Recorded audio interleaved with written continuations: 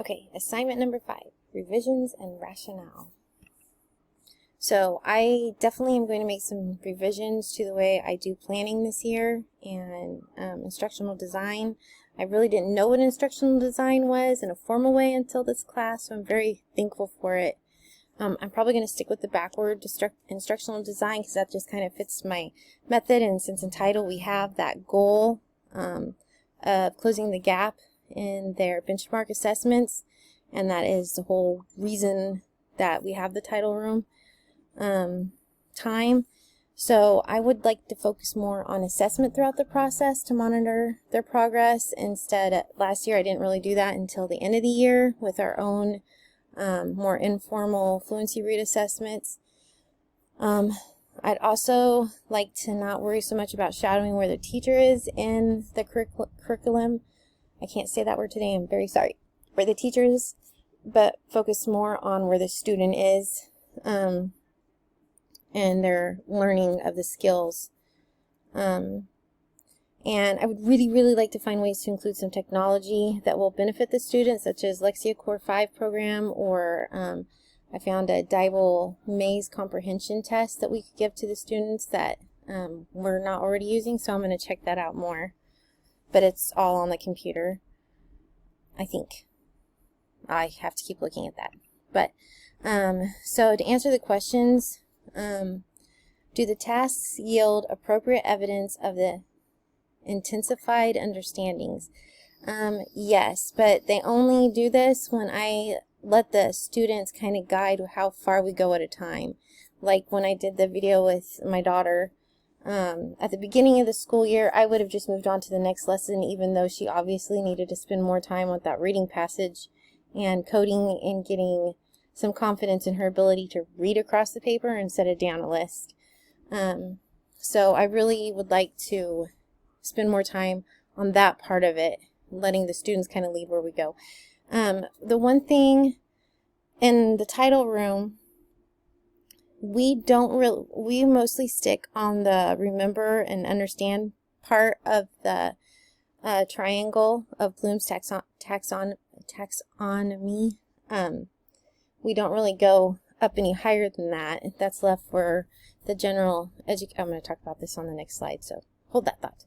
So the end of year plans, having them write papers to kind of focus in on that reading comprehension part and their handwriting and their spelling, something we didn't really cover last year.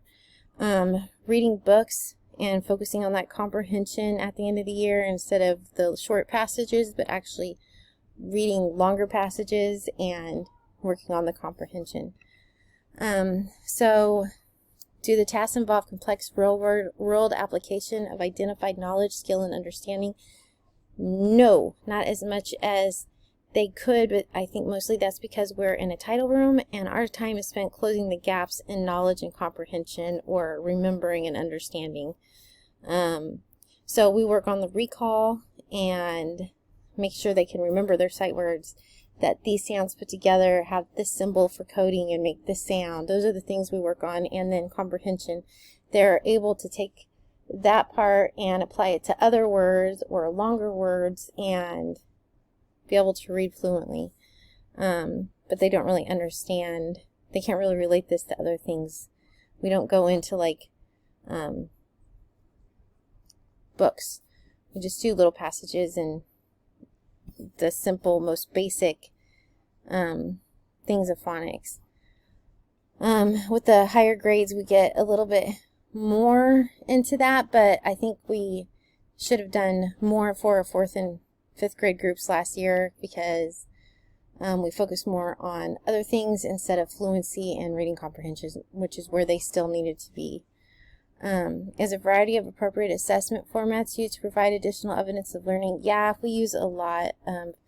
Ames Web and NWEA for their reading scores and ORF scores, and we did fluency reads based on where they were in the lesson in their journey curriculum. I really would like to have them use the Maze comprehension assessments and fluency reads next year and do this more regularly, like every week, so that they can see how they're going, which is the next slide. I really want them to see them, chart it and let them see them progress as they're learning. I think this would help them tremendously and help their confidence. And yes, the students are given self-assessment worksheets after every day when they read a short passage or a short story. And this allows them to reflect on the errors and what they have improved on. This really helped them with their confidence last year, so I really want to do this again next year. And here are the references, and I hope this made sense. And thank you for understanding my lateness. I am very sorry about that. I hope you have a great day.